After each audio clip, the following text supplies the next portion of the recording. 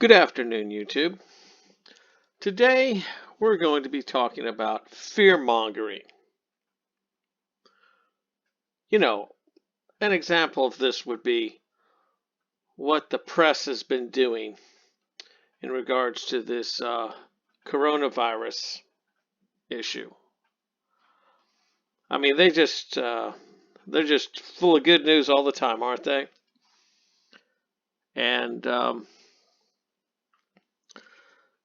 And they're trying to generate fear. Okay, this is what fear-mongers do. They try to scare people so that they will do things that they normally wouldn't do if they weren't afraid. Just like the Democrats were saying in the House, don't let a good crisis go to waste.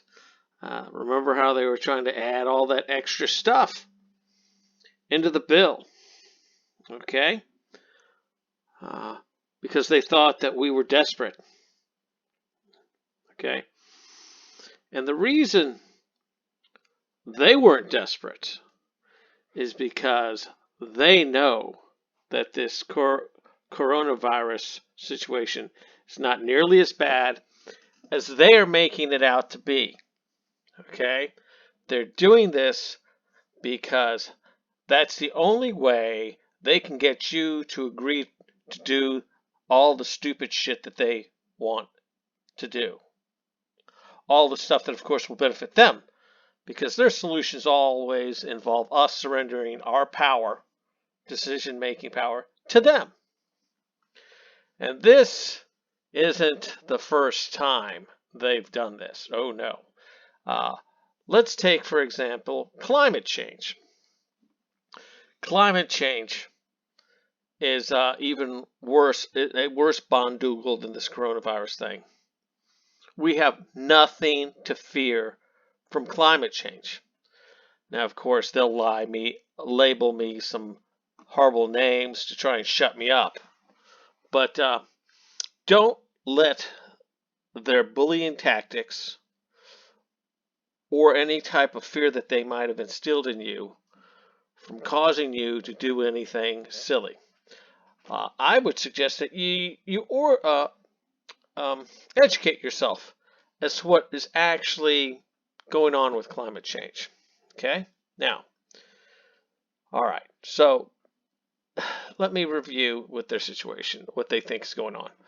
Because the amount of CO2 is increasing dramatically according to this graph, this is going to cause a greenhouse effect. It's going to turn the Earth into like Venus, and all life is going to end.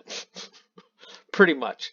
Unless we surrender all our power to them and allow them to introduce some draconian measures, okay, where we all become vegans. Okay? And look, it does look pretty bad. I mean, the CO2 concentrations used to be somewhere between, 170 and not quite 300 over the last, wow, thousands of years. That's a lot of time, isn't it? Wow. It's been up and down a little bit, but now all of a sudden it spiked. Okay, is it from human activity? Yes, of course it is. It's from our burning fossil fuels. Yeah. But that's what they do. They take the truth and they bend it. Let's look at another graph. You see, this is really interesting, and thousands of years sounds like a long time, but let's go to what I call deep time. Check out this graph. Now we're not in thousands of years, we're in millions of years.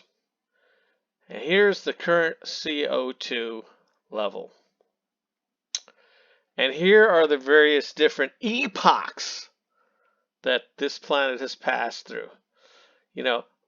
Like the Precambrian, when life started on Earth, and the Cambrian, and all these eras, Triassic, Jurassic.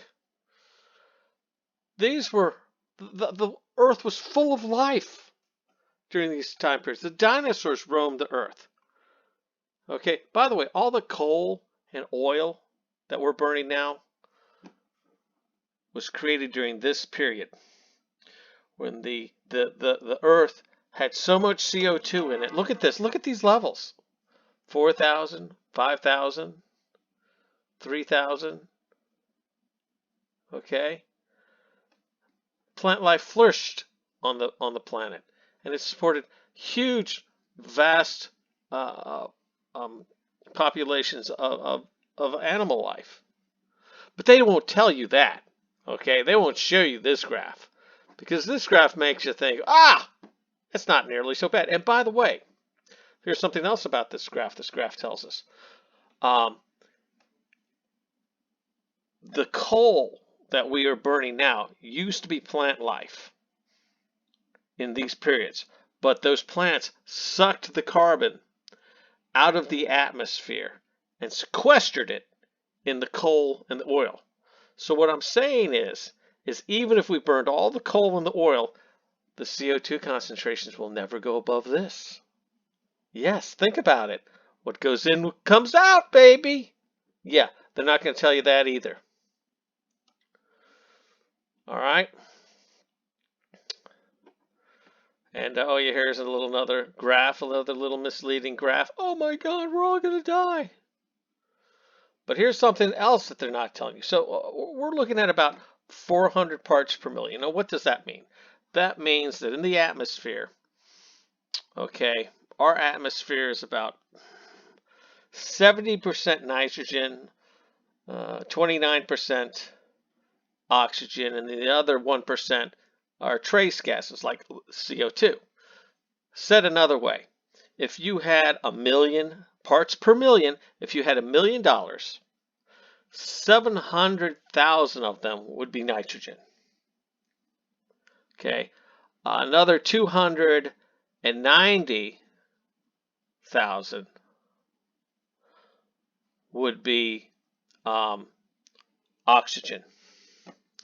And out of that last $1,000, right? Or would it be 10,000? Yeah. No. Out of that last $10,000, yeah, only 407 of them would be CO2 dollars. Does that help you understand? Okay. Now here's something else they're not going to tell you. Where's it at? Where's it at? Here it is. Would have continued to decline until CO2 levels approach the threshold of 150 parts per million, below which plants begin first to starve, then to stop growing altogether, and then die. Now, what that means, in this chart, if the CO2 had ever dropped below that line, all plant life would have stopped growing on Earth. Now, we're experiencing an increase in CO2. And guess what? That means the plants grow faster. The more CO2 in the atmosphere, the faster the plants grow. And here's the thing that really annoys me. The hippies know this. They've been using CO2 to increase their marijuana yields for decades. Okay? They know this. But yet they're telling you lies. They're exaggerating the truth. They're bending it. They're spinning it to make you afraid so that you will give them your power so they can abuse it. So the next time one of these filthy hippies comes around talking about how we're all going to die because of the CO2, now you have a little something that you can defend yourself with. Call these filthy hippies out when they come around and try and fearmonger you into doing something stupid. Anyway, that's today's video. Enjoy the weekend.